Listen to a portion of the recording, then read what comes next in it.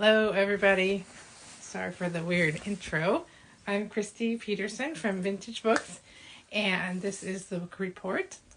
I'm doing the camera a little bit different tonight, so we're hoping that everything won't be backwards. But this is our weekly get-together to talk about the 2024 Reading Challenge. This is the list, in case you haven't seen it. Today we're going to talk about a book by an author with a different cultural background than yours. So I picked a couple from some of our new releases this time. So I don't have the actual books this week. I'm being pulled from behind by a small furry friend. So if I jerk backwards, that's why. I'm going to start tonight with Driving the Green Book. This one just caught my eye today. It's not one that I had seen before, but it is basically set up like, the people who retrace the Oregon Trail or Route 66. Only this one has a lot more powerful layers because it's retracing sites from the Green Book, which was a book used by African American travelers during the time of the Jim Crow laws to find safe places to stay, to eat, to stop.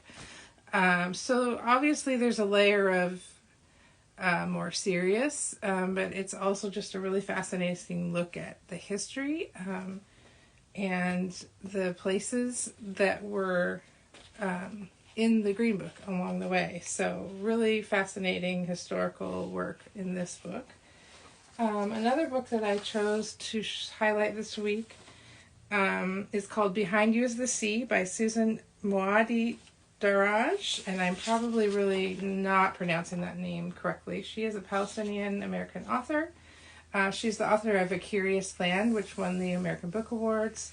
And this particular book follows three different Palestinian American immigrant families, their experiences when they came to the United States, told in different stories from the different families. So just another one we wanted to highlight for this category. And then another fun one. This one's a little bit lighter. It's a rom-com. It's a graphic novel. It's basically love and lion dancing. Lion dancing, not lion dancing. And it's, we have signed copies, so that's really cool. Just a lot of things to think about when you're thinking about reading books by authors from a different cultural background. Obviously, it depends on what your cultural background is, and that's going to vary from reader to reader. But there are so many different choices: nonfiction, fiction, kids books, adult books, just so much out there.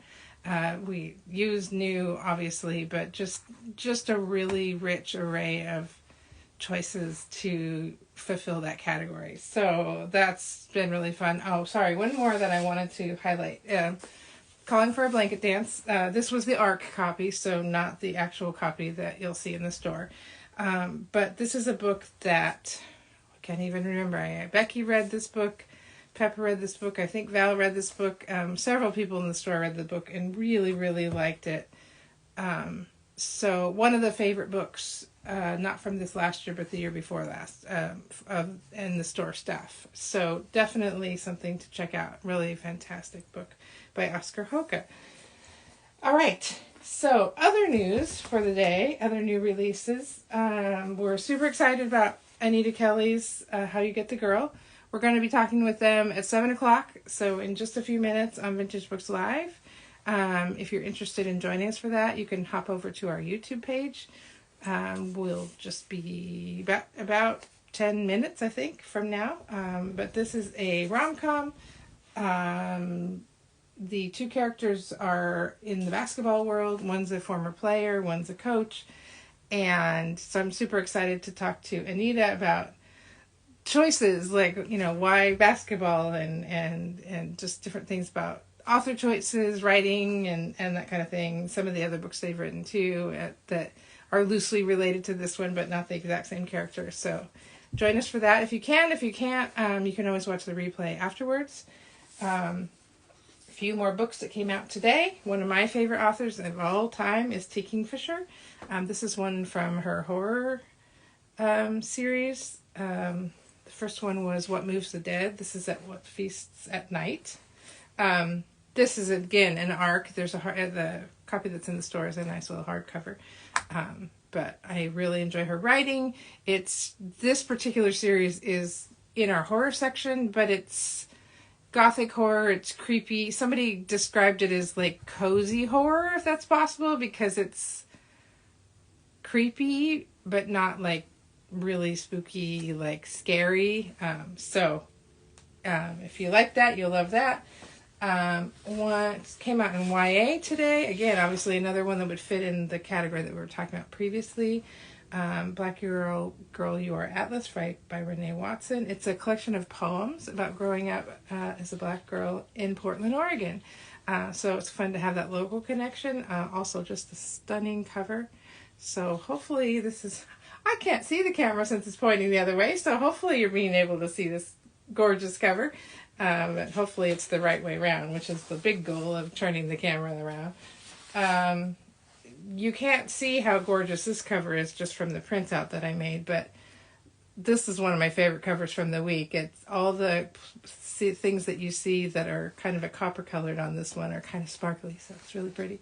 This is called Once a Monster. It is a historical fiction, but also kind of fantasy. It's what if the Minotaur washed up on the Thames, the bank of the Thames in like 1861. So it's just,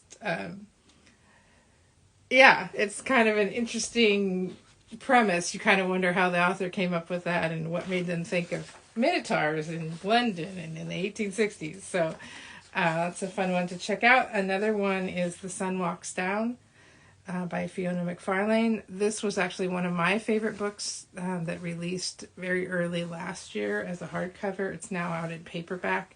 It's set in the Australian outback. The center of the story is a little boy who gets lost in the outback and all the different people who are involved in trying to find him, all the different people in the town and the roles they play, told from so many different points of view, but it all really works. And the landscape is just really a part of the story as well. It's honestly one of my, probably in my top 10 of books that I've read since I started working at the store. So definitely, if you like historical fiction or just fantastic writing, this is definitely one to check out. So as far as events go, we had our mystery book, cozy mystery and magical mystery book club today. They selected books for the next week or the next month, so that will be announced in the next week. I'll be putting that up on social media. We have Anita tonight on Vintage Books Live. Next week we have L.A. Alexander, who some of you might have been able to see in the store a couple weeks ago. So that was really fun. We have a full lineup. I'm working to get a full line of Vintage Books Live guests through the spring. So just be keeping an eye out on the website for who's coming and when. And we also have a couple of in-store events in the planning stages that we will be announcing soon. So join us at 7 if you can. Otherwise, happy reading, and we'll see you next week.